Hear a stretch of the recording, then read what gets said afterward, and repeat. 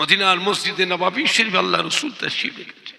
কোরআন পাকের আয়াত পাক নাযিল হয়ে গেল, ইযা জাআ নাসরুল্লাহি ওয়াল ফাতহু ওয়া রাআইতান নাসা ইয়াদখুলুনা ফি দীনিল্লাহি আফওয়াজা ফাসাব্বিহ বিহামদি রাব্বিকা ওয়াস্তাগফিরহু ইন্নাহু কানা তাওয়াবা। এই আয়াত পাক সম্বন্ধে আল্লাহ নবী সাহাবায়ে কেরামদের কাছে ব্যাখ্যা করে বুঝাতে লাগলেন।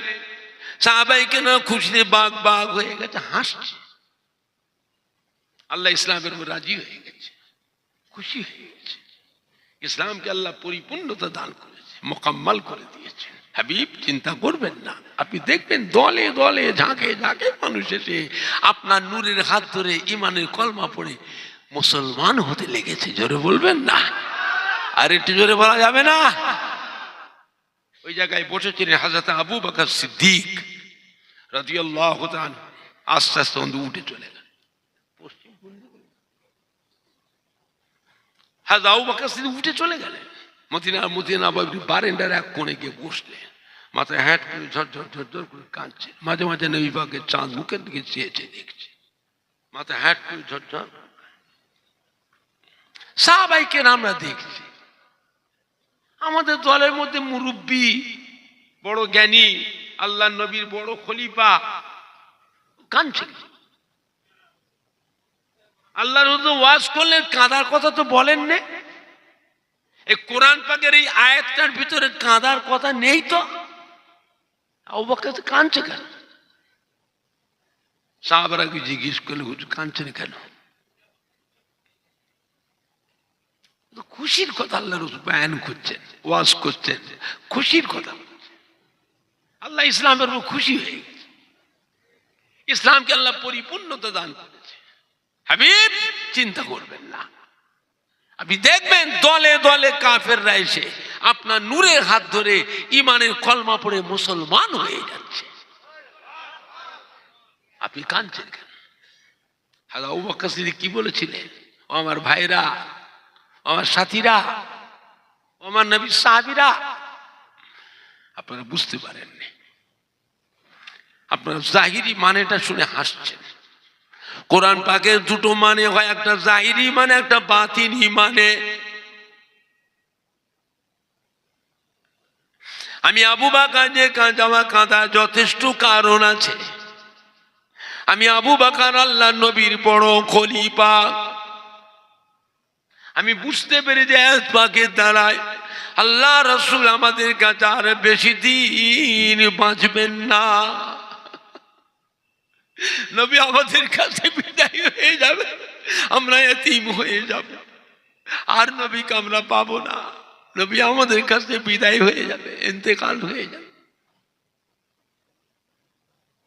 আমি আবু বকর আল্লাহ নবীর বড় খলিফা, আমার চিন্তা হচ্ছে আল্লাহ নবী ইন্তেকাল হয়ে গেলে আমার অবস্থা কি হবে। সাহাবায়ে কেরামরা শুনে এসে আল্লাহ রাসূলকে জিজ্ঞাসা করেছিলেন, ইয়া রাসূলুল্লাহ, ইয়া হাবিবাল্লাহ, আপনি নাকি আর বেশি দিন বাঁচবেন না? দিয়েছে একদম, আমি মরে যাবো, বাঁচবো না। কে বললো এ কথা? কোথায় পেয়েছো? আমার সাহাবাদের বিভ্রান্ত করবে। নবী সাহাবাকে ধমক দিয়েছে, নবী চলে যাবেন, নবী সাজানো বাগান ছেড়ে চলে যাবেন। হ্যাঁ, এই কথা সাহাবারা জানলে সহ্য করতে পারবে? কেঁদে অস্থির হয়ে যাবে মানুষ, পাগল হয়ে যাবে, হাই হাই করবে সাহাবীরা। আল্লাহ নবী কে বললে কথা?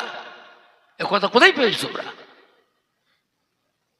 সাহাবারা বলে, হুজুর আবু বকর সিদ্দিক বললেন। তাই নাকি? আবু বকর কোথায়? হুজুর এখানে বসছিলেন, আপনি যখন বয়ান করতে ওয়াজ করছিলেন, উনি আস্তে আস্তে উঠে চলে গেছে। ওই মদিনার মধ্যে নববীর বারান্দায় এক করে বসে বসে কাঁদছে। কাঁদছে, কাঁদছে বাবা। আল্লাহ রাসূল সাহাবাদের মুখের দিকে একবার করে ফিরে ফিরে তাকান, আর একবার আবু বকর সিদ্দিকের মুখের পানে তাকান। হযরত আবু বকর সিদ্দিকের চোখের পানিতে দাঁড়িয়ে মোবারক ভিজে, জামা কাপড় সব ভিজে যাচ্ছে। আল্লাহ রাসূল কাঁদেন না, নবী কাঁদেন না। নবী কাঁদলে সাহাবারা মরে যাবে।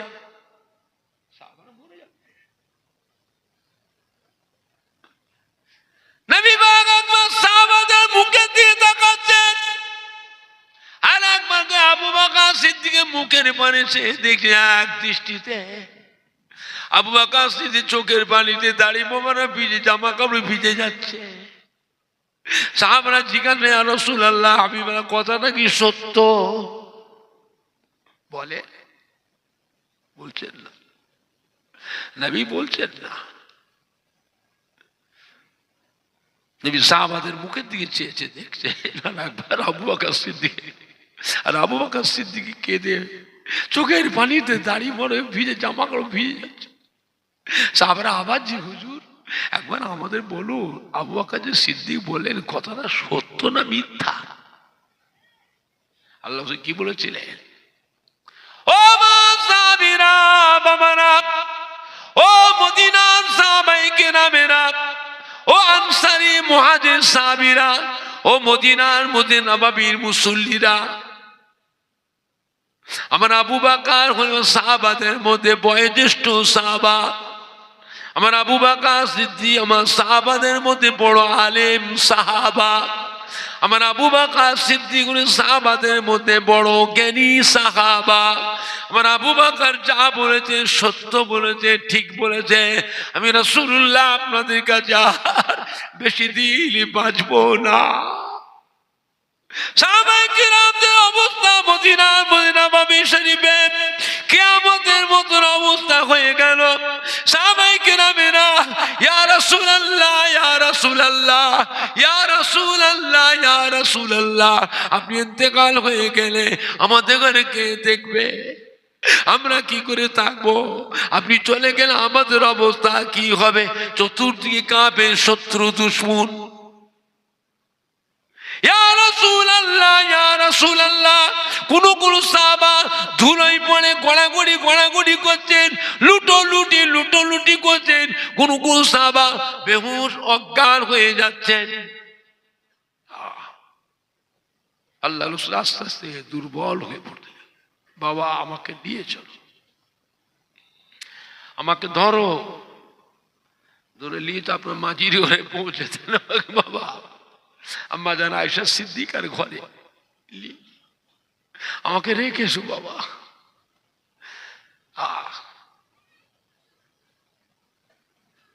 আল্লাহ রাসূলকে সাহাবায়ে কেরাম নিয়ে আম্মা জান আয়েশা সিদ্দিকার ঘরে নিয়ে যে হুজুর অসুস্থ হয়ে পড়লেন।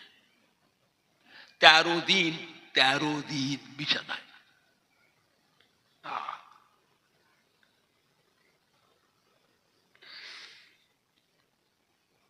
সাহাবায়ে কেরামদের কত বড় কপাল, কি ভাগ্য আল্লাহ করেছিলেন। সাহাবায়ে কেরামরা নামাজ পড়তেন, আল্লাহ রসুল হতেন ইমাম। জোরে বলবেন না?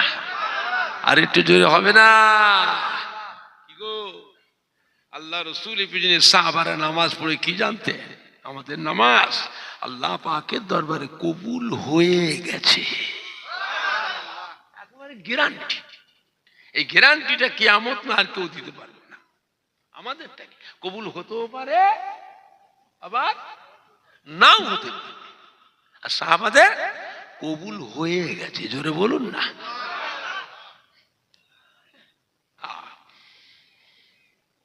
মদিনার নববী সে আযান হয়ে গেল।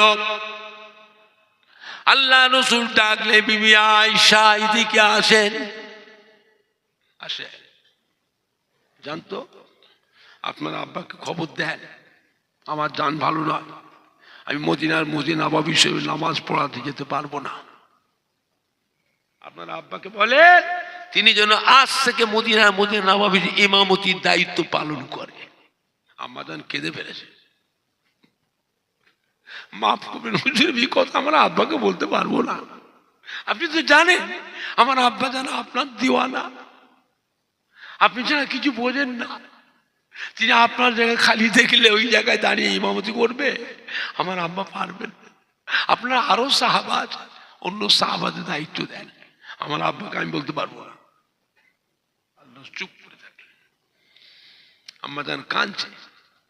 আল্লাহ বিবি আয়েশা, আমার জান ভালো না, আমার সময় সংকীর্ণ হয়ে গেছে, এত বড় ইসলামের দায়িত্বটা কার হাতে দিয়ে যাব? এত বড় ইসলামের দায়িত্বটা কার হাতে দেবো? বিবি আয়েশা, আমার আবু বকর ছাড়া আমি আর কাউকে দেখছি না, যা খবর দিয়ে। আম্মা জান কাঁদতে কাঁদতে চলে গেলেন। আম্মা জান আয়েশা সিদ্দিকা কাঁদতে কাঁদতে গিয়ে আব্বা জানকে বললেন যে আল্লাহ রাসূলের জান ভালো নয়, হুজুর মদিনার মধ্যে নববীতে ইমামতি করতে আসতে পারবেন না, আপনাকে ইমামতির দায়িত্ব পালন করতে বলেছেন। বলে সঙ্গে সঙ্গে চলে এসছে। শরীর অসুস্থ, আল্লাহ রাসূল শরীর অসুস্থ, মাঝে মাঝে অজ্ঞান হয়ে যাচ্ছে, মাঝে মাঝে আবার হোঁশ ফিরে আসছে, মাঝে মাঝে কথা বন্ধ হয়ে যাচ্ছে, আবার কথা বলছেন। এইরকম করে আল্লাহ পাক সাহাবায়ে কেরামদের আস্তে আস্তে আস্তে আস্তে সান্ত্বনা দিল।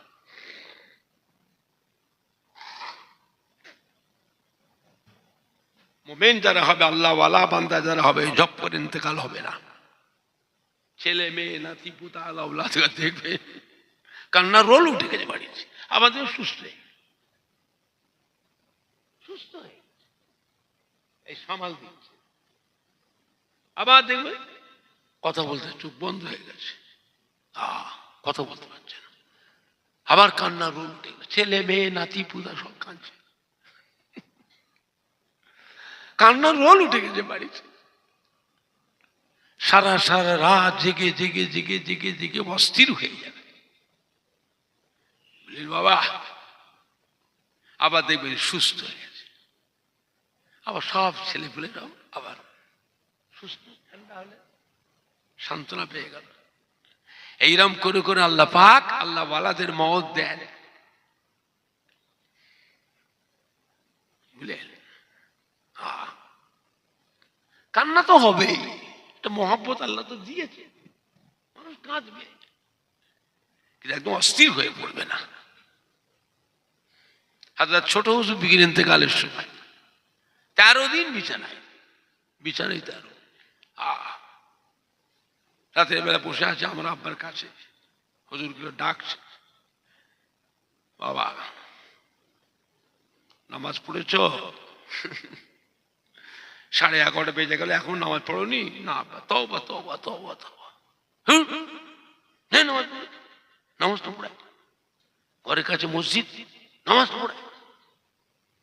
কি দেখেন, কি খেয়াল থাকে নামাজের উপর। রাত 1:30 2টোর সময় আমাকে ডাকে, বাবা ওমর এদিকে আয় ওর কাছে। সবাই তো জেগে জেগে জেগে জেগে, মায়েরাও বোনেরা ভাইয়েরা সব সব ঘুমের পাগল হয়ে গেছে। আমাকে ডাকে এদিকে আয়, এই ধর, আমাকে ধরে বসা।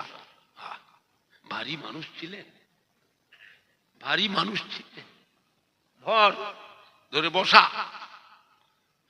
ভালো করে ধর, ভারী মানুষ। ধরেছি, ধরে এমনি করে ধরে তুলেছি, লাগলো রে, লাগলো রে, এই শব্দটা বলছে এখনো বলি। আজ 42 বছর হয়ে গেল ওই কথাটা, আব্বার মুখের ওই আওয়াজটা, লাগলো রে। কি বুঝবি বাবা, জ্বলে যাচ্ছে বাবা, কি বুঝবি বাবা, কি বুঝবি বাবা। আমি কেঁদে ফেলি, আব্বা কষ্ট পেলেন, কষ্ট দিলাম আব্বা, মাফ করবেন আব্বা, কষ্ট দিলাম, লাগলো রে। কি বুঝবি বাবা, তুলোধনা হয়ে যাচ্ছে বাবা, বাবা তুলোধনা হয়ে যাচ্ছে বাবা, কি বুঝবি।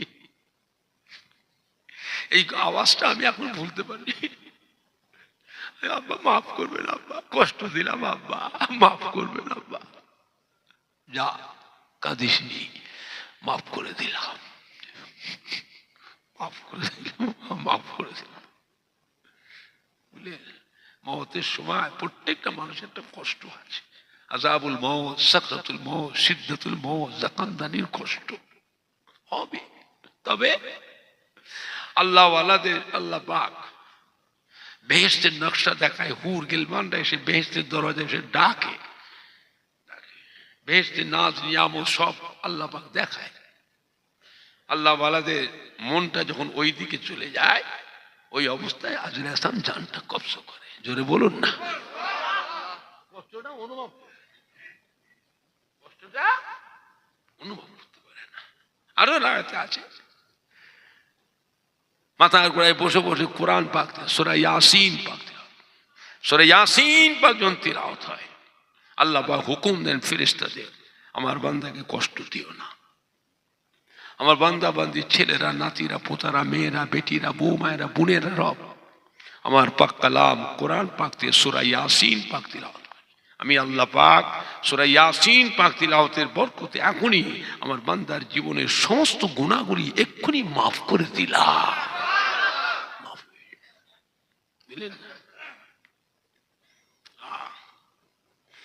আল্লাহ রসুল আজান হয়ে গেছে, আবু বকর সিদ্দিক চলে এসেছে মসজিদে নববীতে, সমস্ত সাহাবারা নামাজের কাতারে কাতারে অপেক্ষা করছেন আল্লাহ রসুল আসবে, হুজুর নামাজ পড়াবে। সাহাবারা সবসময় আশায় থাকতেন আল্লাহ রসুল আসবে, আমরা হুজুরের পিছনে নামাজ পড়ব। কিন্তু হুজুর আসছেন না। তো আবু বকর সিদ্দিক বসে আছেন ইমামতির বাইরে, ইমামতির জায়গায় নাই, ইমামতির বাইরে বসে আছে। সাহাবারা সব পেছন দিয়ে সব চেয়েছে, দেখছে। হাজা আবু বকর সিদ্দিক আস্তে আস্তে উঠে দাঁড়ালেন।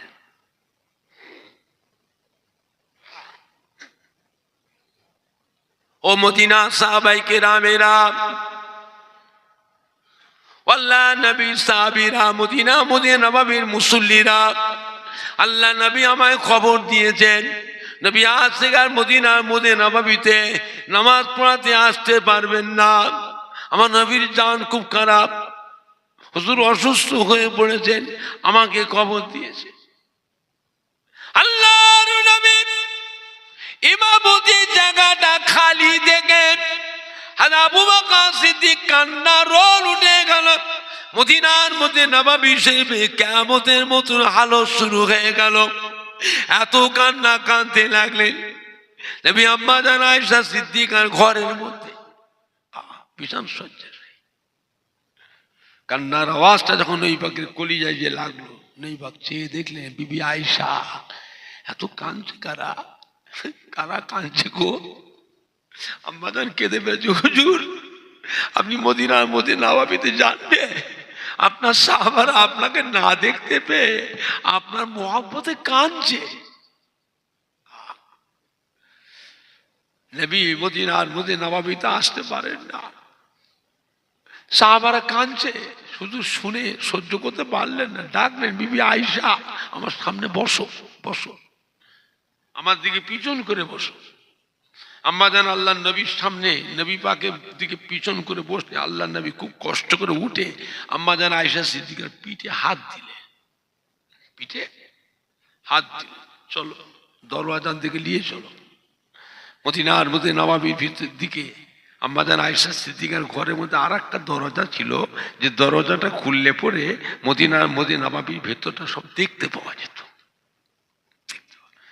আল্লাহ নবী ওই দরজার কাছে গিয়ে বললেন বিবি আয়েশা দরজাটা খুলে দেন। আম্মা জান দরজা খুলে দিয়েছে, আল্লাহ সরে যান, আম্মা জান সাইডে গেলে আল্লাহ নবী মদিনার নববীর দরজার দিকে ভিতরে মাথা ঢুকিয়ে দিয়ে ডাকছেন, সালাম দিলেন, ও আমার সাহাবায়ে কেরাম কেঁদো না বাবা, দুর্বল হয়ে গেছি, অসুস্থ হয়ে পড়েছি, বাবারা কেঁদো না, সবর করো বাবারা, বাবারা সবর করো।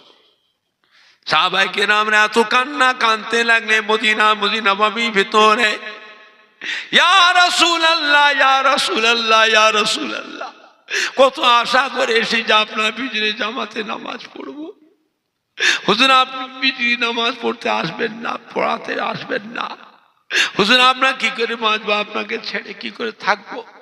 এত কান্না কাঁদতে লাগলে, নবীও কাঁদছেন, সাহাবারাও কাঁদছেন, নবীও কাঁদছেন, সাহাবারাও কাঁদছেন। নবীদের কান্না, সাহাবাদের কান্না দেখে আল্লাহ নেই সহ্য করতে পারলেন, ডাকলে বাবা ওমর, বাবা হযরতে আলী এদিকে আসে, ও বাবা হযরতে আব্বাস, দুইজন সাহাবাকে ডাকলেন, আমার কাছে এসো, এসো বাবা আমার কাছে এসো। হযরতে আব্বাস, হযরতে আলী রাদিয়াল্লাহু তাআলা আনহু ঘরে ডাকলেন। আম্মা জান আয়েশা সিদ্দিকার ঘরে দুইজন সাহাবা, আল্লাহ ধরো আমাকে, ধরো, ধরে দাঁড় করাও। দুইজন সাহাবা নবীকে ধরলে, ধরাধরি উঠে দাঁড়ালে, দুইজন সাহাবার গলাটা জড়িয়ে ধরে, চলো মদিনার মসজিদ নববীতে নিয়ে চলো, আমি যাব মদিনার মসজিদ নববীতে নামাজ পড়তে যাব। এত দুর্বল হয়ে গিয়েছিলেন, এত কমজোরি হয়ে গিয়েছিলেন, আল্লাহর মুবারক পা মোবারক শীতে ভাবে পড়ছিল না, পা মোবারকের চটাটা দুমড়ে গিয়েছিল, পেকে গিয়েছিল, মাটিতে ঘিসড়ে ঘিসড়ে, বালুতে কাপড়ে ঘিসড়ে ঘিসড়ে দুজন সাহাবার কাঁধে পথ দিয়ে মদিনার মধ্যে নববীতে রওনা হয়ে গেলেন। সাহাবায়ে কেরামেরা মদিনার মধ্যে নববীর ভেতর দিয়ে বাইরে বেরিয়ে বারান্দাতে সব যে দেখছেন নবীর অবস্থা, কাছাকাছি গিয়েছেন। আল্লাহ নবী সাহাবীরা সালাম দিলেন, আসসালামু আলাইকা ইয়া রাসূলুল্লাহ, আসসালামু আলাইকা ইয়া হাবিবাল্লাহ, আসসালামু আলাইকা ইয়া রাহমাতাল লিল আলামিন, আসসালামু আলাইকা ইয়া শাফিউল মুজনিবিন। সাহাবায়ে কেরাম নেবে, কোন সাহাবা নেবে, আল্লাহ নবীকে ধরলে, ধরাধরি করে মদিনার মধ্যে নববীর ভেতরে নিয়ে বসালেন। আল্লাহ নবী চতুর্পাশে দাঁড়িয়ে সাহাবায়ে কেরামরা কাঁদছেন, আল্লাহ নবীও কাঁদছেন, সাহাবারাও কাঁদছেন। বাবারা অসুস্থ হয়ে পড়েছি বাবা, মন খারাপ করো না বাবা, মন ভেঙো না বাবা, সবাইকে একদিন যেতে হবে, মরণ একদিন সবাইরই হবে, তো দুদিন আগে দুদিন পরে বাবারা কেঁদো না বাবা। ও আমার সাহাবীরা, আমি আমার আবু বকর সিদ্দিককে মদিনার মসজিদে নববী শরীফের ইমামতির দায়িত্ব দিয়ে গেলাম। সাহাবারা কাঁদছে, ইয়া রাসূলুল্লাহ, ইয়া হাবিবাল্লাহ, আজকে আমরা কারোর পিছনে নামাজ পড়বো না, হুজুর আপনি ইমামতি করুন, আমরা আপনার পিছনে নামাজ পড়বো। নবী বলছে, বাবা আমার দাঁড়াবার ক্ষমতা নাই, ওটা বসা করার মতো শক্তি নাই, আমি আমার আবু বকর সিদ্দিককে ইমামতির দায়িত্ব দিয়ে গেলাম। সাহাবীরা কয়, ইয়া রাসূলুল্লাহ, ইয়া হাবিবাল্লাহ, আমরা আপনার পিছনে নামাজ পড়বো, হুজুর আপনি ইমামতি করুন। কোন রওয়ায়ে আছে আল্লাহ নবী অবস্থায় বসে বসে নামাজ পড়েছিলেন, সমস্ত সাহাবীরা দাঁড়িয়ে পড়েছিলেন। কোন রওয়ায়ে আছে হযরত আবু বকর সিদ্দিক ইমামতি করেছিলেন। নামাজের পর সাহাবায়ে কেরামেরা আল্লাহ নবীকে ধরলেন, ধরাধরি করে নিয়ে মদিনার মধ্যে নববীর ভিতর থেকে বারান্দায় নিয়ে এসে বসালেন। সাহাবায়ে কেরাম চতুর্পাশে গোল করে দিয়ে হাউ করে কাঁদছে, নবীও কাঁদছেন, সাহাবারাও কাঁদছেন। হযরত উসমান গনি দাঁড়িয়ে বললেন, ইয়া রাসূলুল্লাহ, ইয়া হাবিবাল্লাহ, গত রাতে দেখছি যুদ্ধের ময়দানে যে ঢালটা দিয়ে কাফেরদের মোকাবেলায় আমি জিহাদ করি, আমার ঢালটা যেন ভেঙে যাচ্ছে, কি ব্যাপার? আল্লাহ নিয়ে বাবা উসমান গনি ঠিক দেখেছেন বাবা, আমি রাসূলুল্লাহ আপনার ঢাল স্বরূপ ছিলাম, আমি রাসূলুল্লাহ দুনিয়াতে বিদায় নেব, এই জন্য আপনার ঢাল ভেঙে যাচ্ছি। হযরত ওমর, হযরত আলী দাঁড়িয়ে পড়লেন, ইয়া রাসূলুল্লাহ, ইয়া হাবিবাল্লাহ, আমি রতরাত্রির স্বপ্নে দেখলাম যুদ্ধের ময়দানে জুলফিকার তলোয়ার দিয়ে যে কাফেরদের মোকাবেলা করি, আমার জুলফিকার তলোয়ারটা যে ভেঙে যাচ্ছে, কি ব্যাপার? আল্লাহর রাসূল বাবা হযরত আলী স্বপ্ন ঠিকই দেখেছেন বাবা, আমি রাসূলুল্লাহ আপনার জন্য তলোয়ার স্বরূপ ছিলাম, আমি রাসূলুল্লাহ দুনিয়াতে বিদায় নেব, এই জন্য আপনার তলোয়ার আমি ভেঙে যাচ্ছি। মদিনার মধ্যে নববী শরীফে কান্নার রোল উঠে গেল। আল্লাহ নবী আর সহ্য করতে পারলেন না, চোখের ইশারায় দুজনকে ডাকলেন, বাবা আমার শরীর দুর্বল লাগছে বাবা, আমাকে নিয়ে যাবে চলেন। ও বাবা হযরতে আলী, হযরতে আব্বাস আব্বাস আমাকে ধরেন বাবা। সাহাবারা কাঁদছে, নবী পাক ওই অবস্থায় দুজন সাহাবা ধরাধরি করে দাঁড় করালেন। নবী কষ্ট উঠে দাঁড়িয়ে দুজন সাহাবার গলাটা জড়িয়ে ধরলেন। মদিনা নববী থেকে আল্লাহ নবীকে নিচেই নামিয়ে নিয়ে আসছে। নবী সোজা হয়ে পা ফেলতে পারছেন না, পা দুটো বেঁকে গিয়েছে, পায়ের চটাগুলো বেঁকে গিয়েছে। ঝুলে ঝুলে ঝুলে ঝুলে মাটিতে পাথরে কাপড়ে ঘিসড়ে মদিনা নববীতে নিচে নামলেন। আম্মা জানে ঘরের দিকে যাচ্ছে, সাহাবাইকে না বুঝতে পেরে উঠে দাঁড়িয়ে হাউ হাউ করে কাঁদছে। আমার নবী আমাদের কাছে গিয়ে বিদায় হয়ে যায়। আল্লাহ নবী আমাদেরকে এতিম করে চলে যান। আল্লাহ নবী আমাদেরকে এতিম করে চলে যান। আল্লাহ নবী আমাদের কাছে বিদায় হয়ে যান। নবী পাক আম্মা জানে ঘরে দিয়ে যাচ্ছেন, মাঝে মাঝে পিছন দিকে তাকাচ্ছে, মাঝে মাঝে ফিরে ফিরে পিছন দিকে তাকাচ্ছে। ও মা সাহাবারা, কেঁদো না বাবারা, কেঁদো না বাবারা, কেঁদো না, সবর করো বাবারা, আমি দোয়া করছি বাবা, আপনাদের সাথে আমার সাথে আল্লাহর রহমতের বেহেশতে দেখা হবে। জোরে বলেন না, জোরে বলেন না, নারাই দেখবে, নারাই দেখবে। বিশ্ব নবী দিবস, ঈদে মিলাদুন নবী, আহলে সুন্নাতুল জামাত, সম্মানীয় উলামায়ে কেরামগণ, সম্মানীয় শ্রোতা বৃন্দ, সম্মানীয় বানিয়ে জাসা আব্দুল ওয়াহিদ বাবাজি, ফুরফুরা শরীফে দাদা পীরের হক সিলসিলা, নারাই দেখবে। দুরূদ শরীফ আল্লাহুম্মা সাল্লি আলা।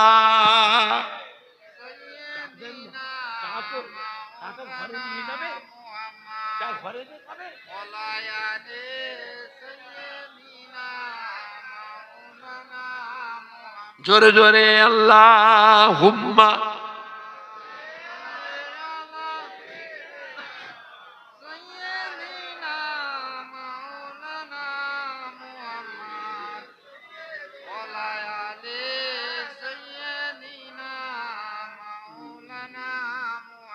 আল্লাহুম্মা সাল্লি আলা।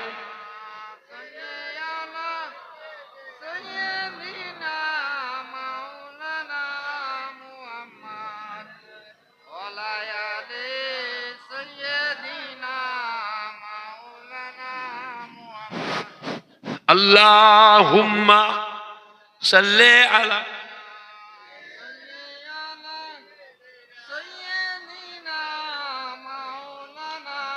সিনিপটা ধরে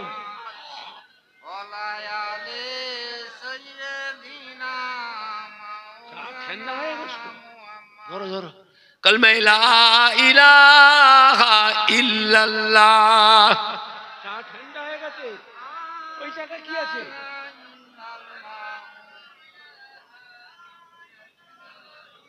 ঢালো ঢালো, টপ করে ঢালো।